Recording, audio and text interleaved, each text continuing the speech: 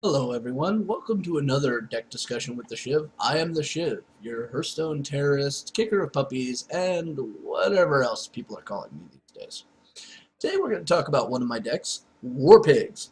War Pigs is an extremely aggressive Hunter aggro deck. Now, we all know Hunter, love it or hate it. They do two things well. Aggro is one of them, mid-range is the other. So, let's talk about this deck in a little bit more detail. Okay, so first off, I'd like to say that the archetype of Hunter Aggro was created by a player named Art Cruiser. Nobody had ever seen anything like it beforehand, and it was one of the most unique decks we had seen like 3 months ago. So here we've taken his original list and we've tweaked it for what's in the meta these days. So we'll start off with the Hunter's Mark. Anybody who plays Hunter knows exactly how deadly Hunter's Mark really is. It's the ultimate removal tool for them. It can be used in combinations like Explosive Trap. It can be used in combination with Unleash the Hounds, or even a Stone Tusk Boar, to remove the biggest minions on the board. In this, most of the time, you're going to want to use it on a taunt, for the simple reason of taunts hurt aggro. So definitely going to want to use that. But don't only use it on there. There are going to be times where you're going to need it to help clear the board to ensure your victory. So keep that in mind. Arcane Shot. This is an auxiliary damage spell. You're never going to want to use this in the early game just to do 2 damage to your opponent's face. That's a horrible play. Don't do it. Using it to remove a Knife Juggler or a Flaming, that's a great play. You may want to hold on to one towards your end game just to get that little bit of extra damage in for the win. Alright, Flare. This is what makes Miracle Rogue and Frost Giant Mage's life a living hell. This kills Ice Block. I'm going to say this again. This kills Ice Block, thus removing their little gimmick that allows them to live. This also negates Stealth. So a concealed Gadgetzan Auctioneer, yeah, you're not so protected. Sorry. Okay. And I would also like to point out, it draws you a card when you play it. Arguably, this is probably the best one-drop ability in the game. Second one, arguably, would be Tracking. Here is a card that allows you to take the next 3 cards you were going to pull, pick which one you want, and then throw the other 2 away.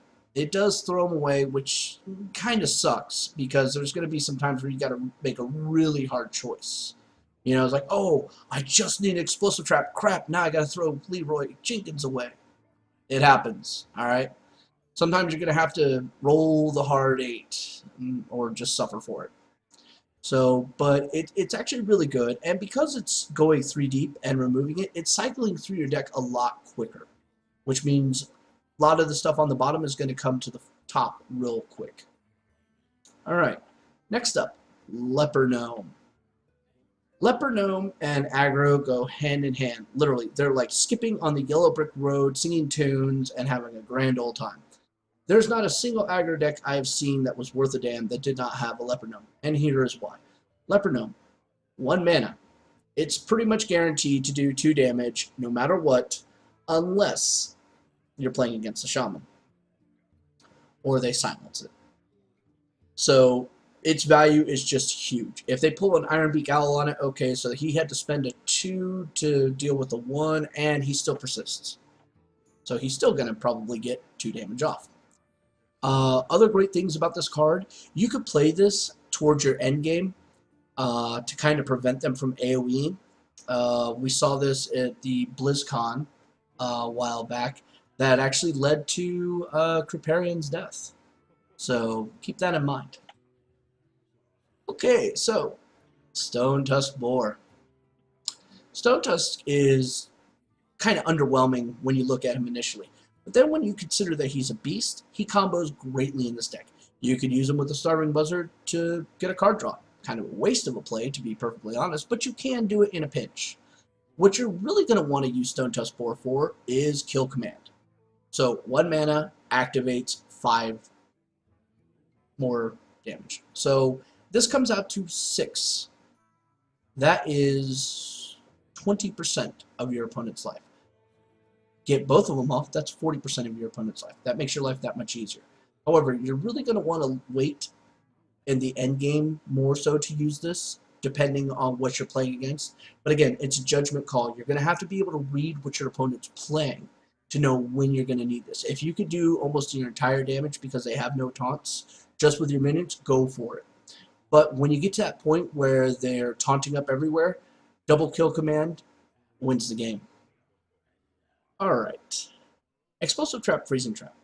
Now, I looked at a lot of different secrets when I was doing this. Normally, I would use misdirections, which actually our cruiser did, and a lot of other people did. The problem is misdirection was only good in certain circumstances. Its overall viability and its effect were kind of underwhelming. Case in point, paladins would throw their little token, and next thing you know, ooh, you smacked them in the face for 1 damage. So it was really underwhelming at that point. It's only good in certain circumstances, most notably Handlock, or anything that runs big-ass minions. Other than that, not nearly as effective as you'd like. Explosive Trap. A lot of people kind of started shying away from Explosive Trap because they felt they didn't really need the anti-aggro stuff. And lo and behold, Zoo kind of rose back up in popularity again. Well, personally, I'd rather have it than not have it because it combos very well in this deck, and just for that reason alone, it should be there. Plus, it powers the Eagle Horn. Okay, Ironbeak Owl. Here is your get out of the way, I'm coming through card. You're going to use this on a taunt. No matter what, you want to use this on a taunt. There's really nothing in this game right now that I can think of that for this deck that you're going to want to use an Ironbeak Owl on that you couldn't use something else on. So you're going to want to save this for taunts, which means you're never going to want this in your opening hand. Alright. Starving Buzzard. Here's the Hunter Draw mechanic. It used to be better, to be honest with you, but Blizzard in their wisdom. The obvious plays here are definitely going to be the Unleash the Hounds combo. You can pull that off in 5. Stone Tusk Boar in a pinch.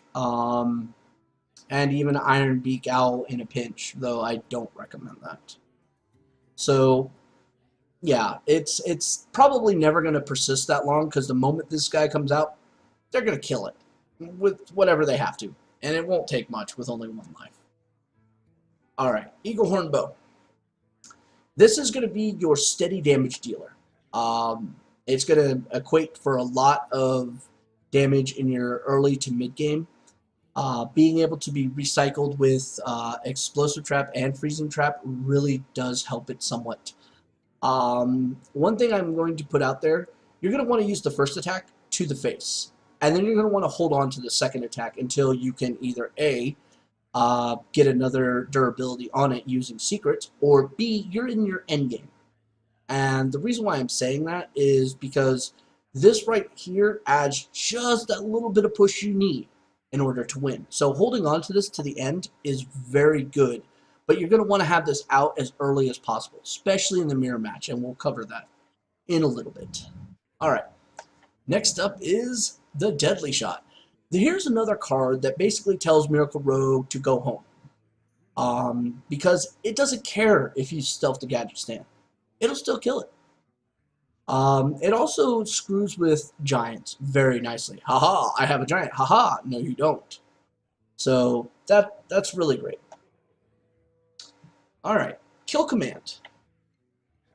We already covered this was the Stone Tusk Boar, so I don't think I really need to talk about this all that much. I would like to say that in a pinch you could use this for other purposes, such as finishing off an opponent or just getting that, last bit of damage you need. So like a Leroy Kill Command. It's not very effective, but sometimes you gotta do what you gotta do in order to win. So keep that in mind. Okay, Unleash the Hounds. This is in here for the draw combo, but also could be used in other ways. And I'm going to cover that a little bit later. Arcane Golem. This is a finisher. Don't ever be alluded to it being anything else. This is a finisher. There's only one other instance where you will want to use this other than a finisher, and even then, let's hope you have another option available. Playing against Miracle, you've just flared to remove the stealth off of the Gadget Stand. In that instance, yes, it is okay to use an Arcane Golem.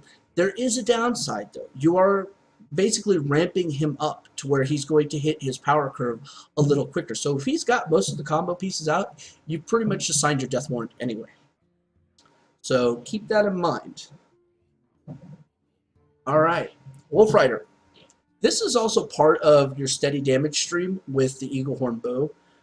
If you turn 2 with a coin, the Eaglehorn Bow, your turn 3 play, if you can do it, a Wolf Rider is just awesome. It's keeping that steady damage going. It's a one and done minion. You're always going to want to take this to your opponent's face. You're never going to want to trade with it. You trade with it, it's nowhere near as good as you're hoping. So I've tried. I've tried actually using it strategically for tempo trades, and it's just, it never pans out. It really doesn't. Just take it to your opponent's face. You'll be much happier. Alright, and last but not least, the most overplayed, combo-centric legendary in the game. It seems you can't make a deck without him, Leroy Jenkins. And yeah, Leroy Jenkins is in this deck just because he makes for a great finisher. And he actually could combo quite nicely in this deck. Now, we're going to get to the combos right now.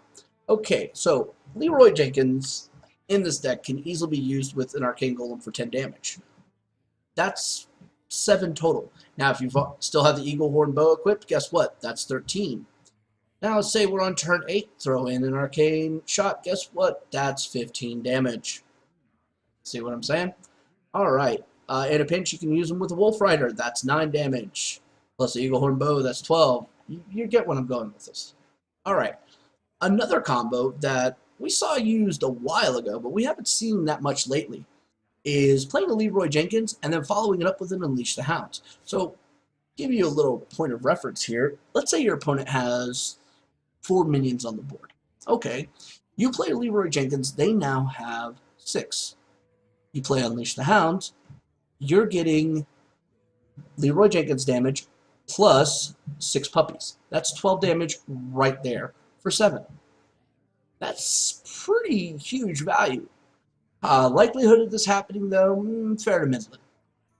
So you can't always count on it, but it's an option. So keep that in mind.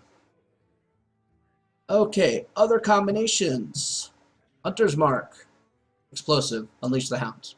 That was pretty simplistic right there. But yes, that pretty much covers combos, to be perfectly honest. The rest of it, you can kind of just see it looking at it without much thought. The deck does not require a great amount of thinking, but it does require a greater understanding of what's in the meta and what you're facing. Alright? If you can identify an archetype, then that'll help you be able to plan out your strategy, whether or not to use your kill commands as you get them, or hold on to them to the end game. 9 times out of 10, you're probably going to want to hold on to mid to end game on them. Okay, so let's talk about mulligans. We'll start off with the most important ones, the mirror match. This is the one that people always seem to have the most difficulties with. In a mirror match, you're always going to want to have your Eaglehorn Bow as quickly as possible, so try to always have this in your hand, especially if you have the coin. You definitely want this. Turn 2, Eaglehorn Bow stops them playing secrets, okay? Because they're not going to want to power you.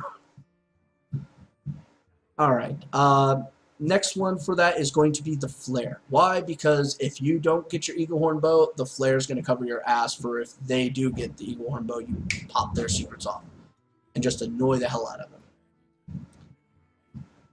Alright. And probably the third card you really want to get in there is a Leper Gnome. Leper Gnome is a card that you're going to want to get no matter what opponent you're facing. If you can get a Leper Gnome in your opening hand, that's great. Cards you don't want in your opening hand would be a Stone Tusk Boar, Ironbeak Owl. You could possibly get away with the Starving Buzzard, Unleash the Hounds combo just to have it. Sure, cool. Definitely don't want Leroy. Definitely don't want Arcane Golem. Definitely don't want... Wolf Rider's iffy, because turn 3 Wolf Rider is actually good play. Flare, Not a bad card depending on where you're going against. Tracking, I try to avoid it personally. Alright, now, Miracle Rogue. What do you want for a mulligan in Miracle Rogue? This is actually a really important question. You're going to want a Flare, and you're going to want Deadly Shot. One of the two in your opening hand, and here's why. If you get a Deadly Shot in your opening hand, it doesn't matter when he plays it, it's dead.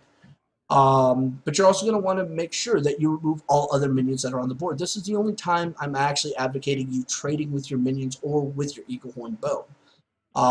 Just so you can negate that and then buy yourself a little bit more time to pound through him.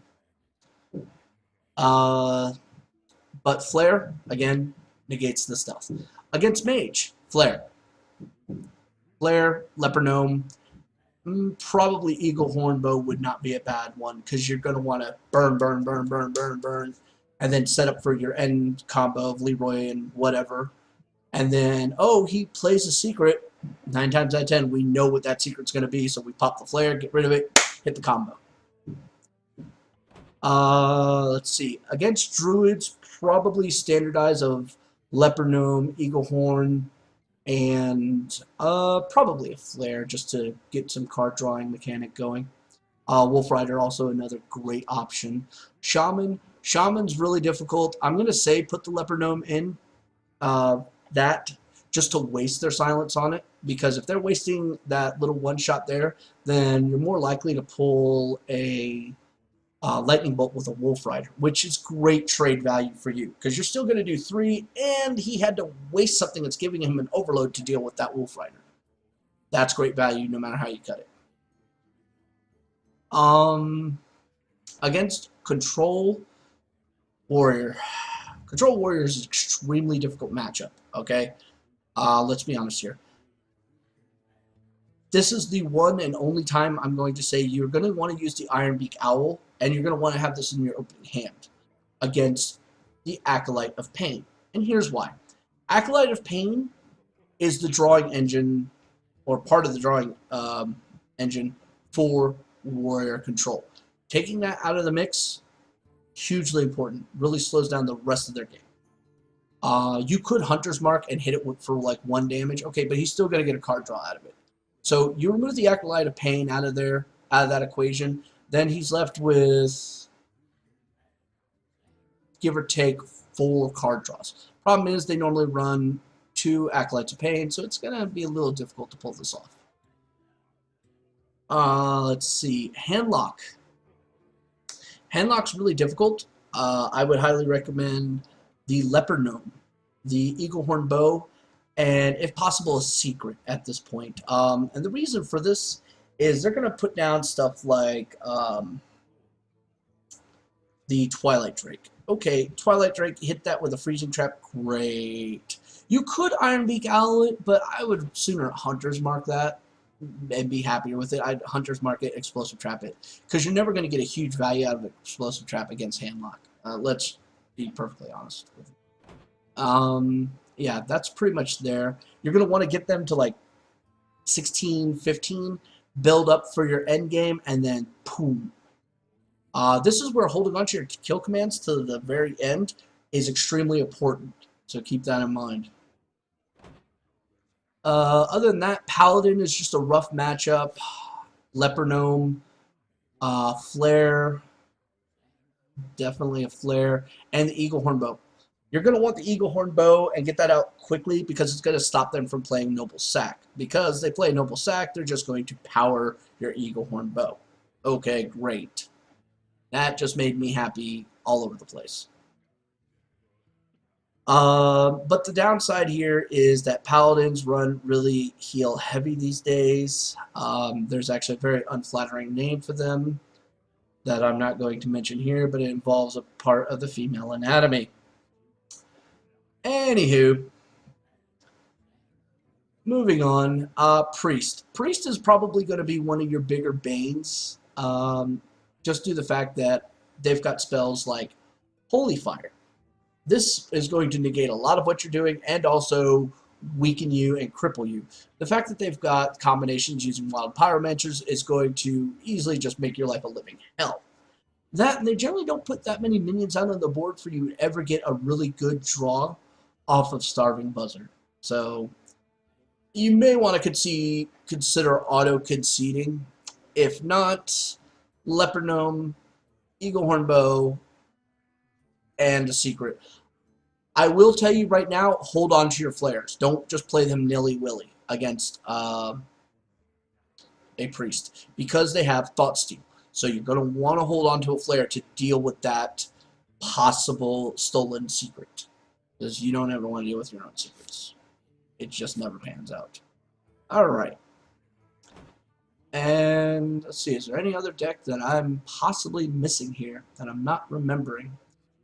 Zoo, and pretty much every aggro, including Warrior, Arms Face Rush thing, and the Rogue variants and the Druid variants that we've been seeing. Okay, gonna want a Leper Gnome, plain and simple. You're basically gonna, it's a race against the clock. So you're gonna want to have the Leper Gnomes. You're gonna want to have the Eagle Horn Bow. You're gonna want to have the secrets, especially freezing.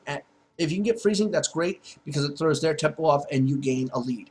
Explosive is good, clearing all that lower trash, so that's a secondary one. But probably against aggro, prime would be a primary if you think about it. So let's go with that as a primary. Freezing Trap, still not bad, but you can get some value out of it.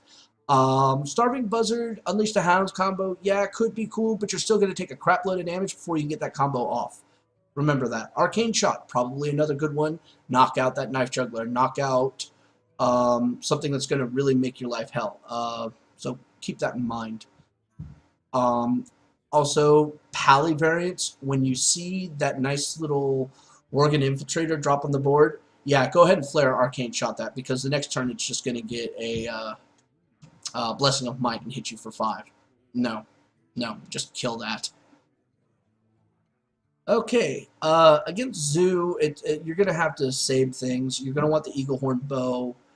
Now, Zoo, its buildup is kind of really annoying, and there's not much you can do about it. If you can get the Explosive Trap off but not kill everything, that's kind of cool too.